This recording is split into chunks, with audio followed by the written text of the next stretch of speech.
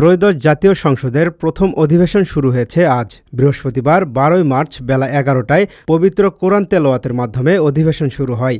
এর আগে দ্বাদশ জাতীয় সংসদের প্রথম অধিবেশন অনুষ্ঠিত হয়েছিল ২০২৪ সালের ৩০ জানুয়ারি।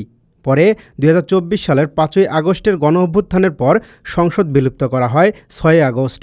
ত্রয়োদশ জাতীয় সংসদের প্রথম অধিবেশনে সভাপতিত্ব করেন বিএনপির স্থায়ী কমিটির সদস্য খন্দকার মোশাররফ হোসেন।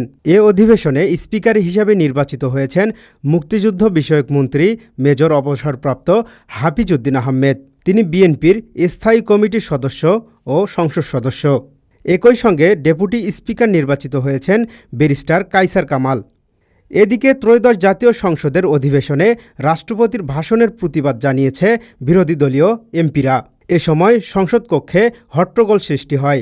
বৃহস্পতিবার বিকেল ৩টা ৪০ মিনিটে রাষ্ট্রপতি মোহাম্মদ শাহাবুদ্দিন ভাষণ শুরু করলে প্রথমে বিরোধী দলীয় নেতা ও জামাতের আমির ডাক্তার শফিকুর রহমান না বলে প্রতিবাদ জানাতে থাকেন।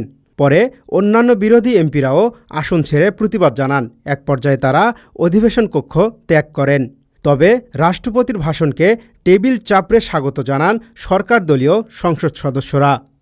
জাকারিয়া আল ফয়সাল, ডেইলি সিটিজেন ভয়েস।